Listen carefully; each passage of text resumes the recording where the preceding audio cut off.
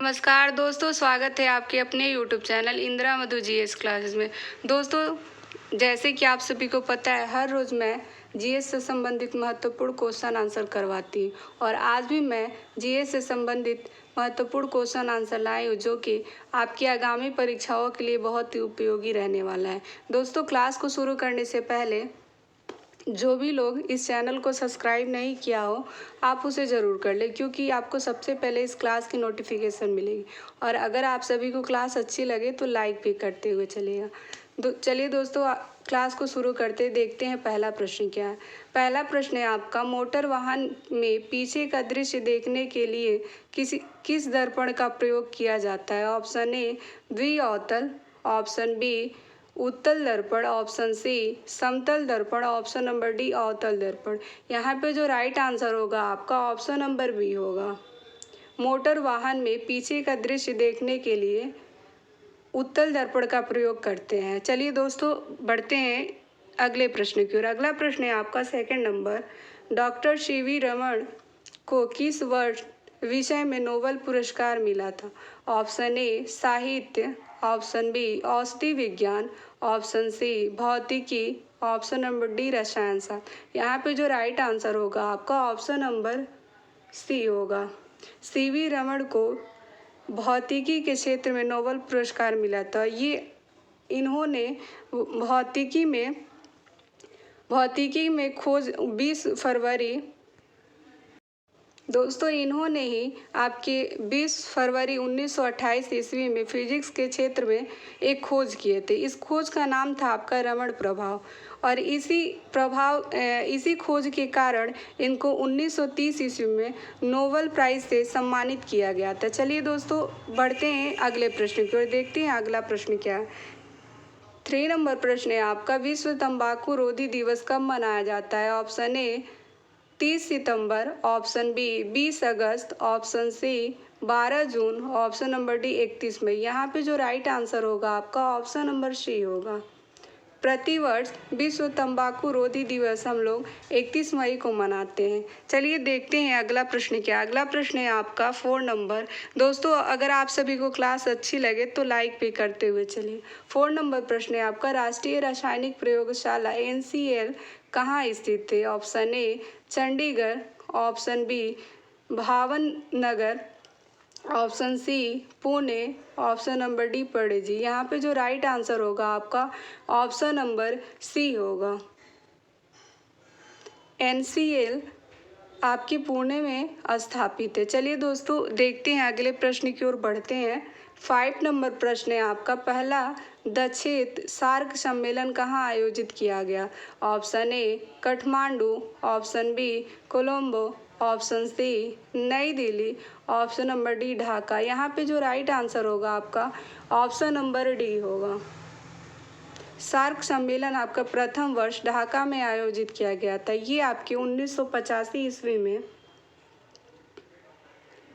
किया गया था, और इसी वर्ष आपके सार्क का स्थापना भी हुआ था। और सार्क के मुख्यालय की अगर बात करते हैं तो सार्क के मुख्यालय आपके काठमांडू में स्थित है। चलिए दोस्तों, बढ़ते हैं अगले प्रश्न की ओर, देखते हैं अगला प्रश्न क्या है।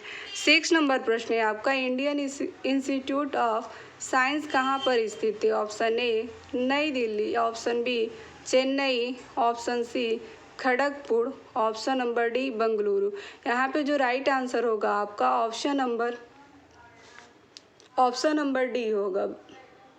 इंडियन इंस्टीट्यूट ऑफ साइंस का बेंगलुरु में स्थित है। चलिए दोस्तों, बढ़ते हैं अगले प्रश्न की, देखते हैं अगला प्रश्न क्या है।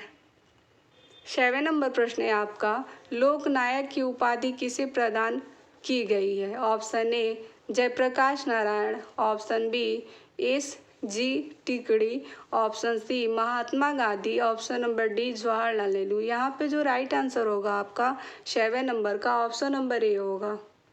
जयप्रकाश नारायण को आपको लोकनायक की उपाधि दिया गया है।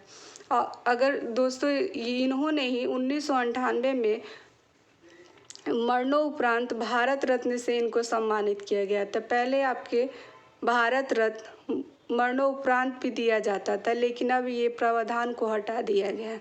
चलिए दोस्तों, बढ़ते हैं अगले प्रश्न की ओर, देखते हैं 8 नंबर प्रश्न क्या कहता है।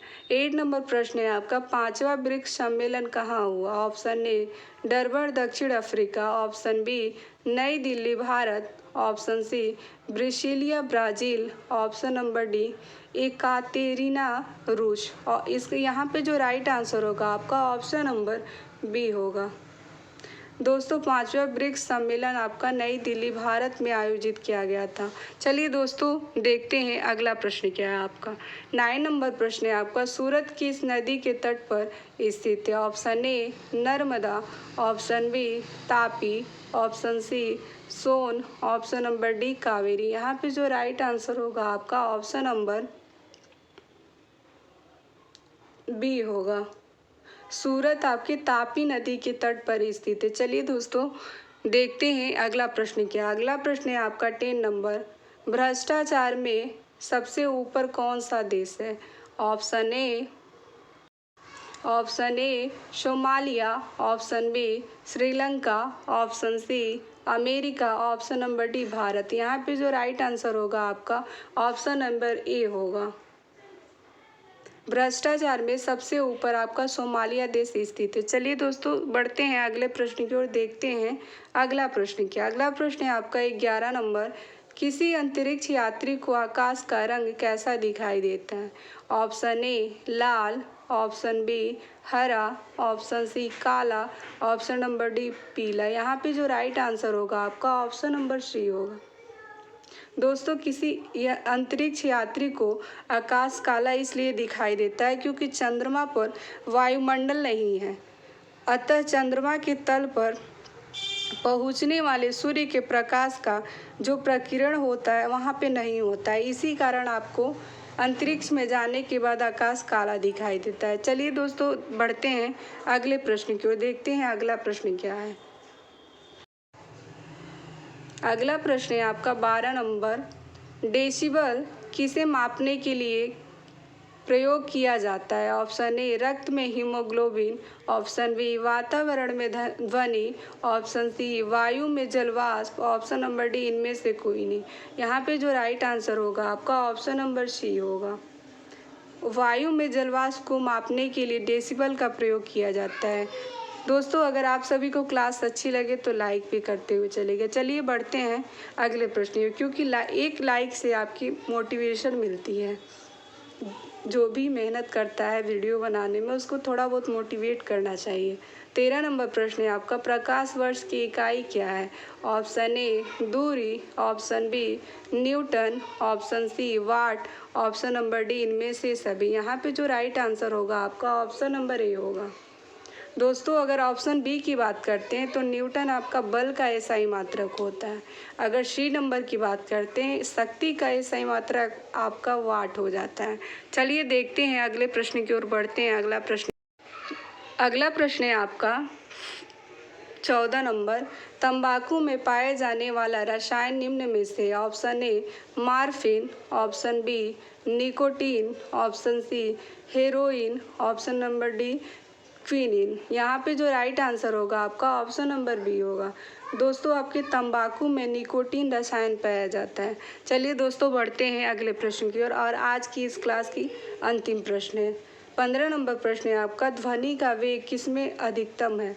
ऑप्शन ए जल, ऑप्शन बी वायु, ऑप्शन सी पारा, ऑप्शन नंबर डी लोहा। यहाँ पे जो राइट आंसर होगा आपका ऑप्शन नंबर डी होगा।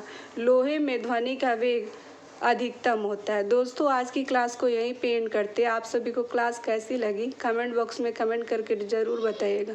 अगर आप सभी को क्लास पसंद आए तो लाइक और शेयर ज़रूर कीजिएगा। तो अगर आपने चैनल को सब्सक्राइब नहीं किया हो तो आप उसे ज़रूर करें, क्योंकि आप सभी को सबसे पहले इस क्लास की नोटिफिकेशन मिलेगी, जिस नोटिफिकेशन के माध्यम से ही बहुत सारे स्टूडेंट यहाँ पे जुड़ेंगे। दोस्तों, इस क्लास में जुड़ने के लिए धन्यवाद आप सभी का।